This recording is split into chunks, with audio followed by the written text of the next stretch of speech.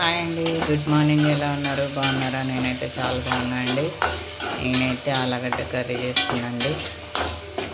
చపాతీ, మరి టిఫిన్ వచ్చేసి చపాతీ ఆలుగడ్డ కర్రీ అండి.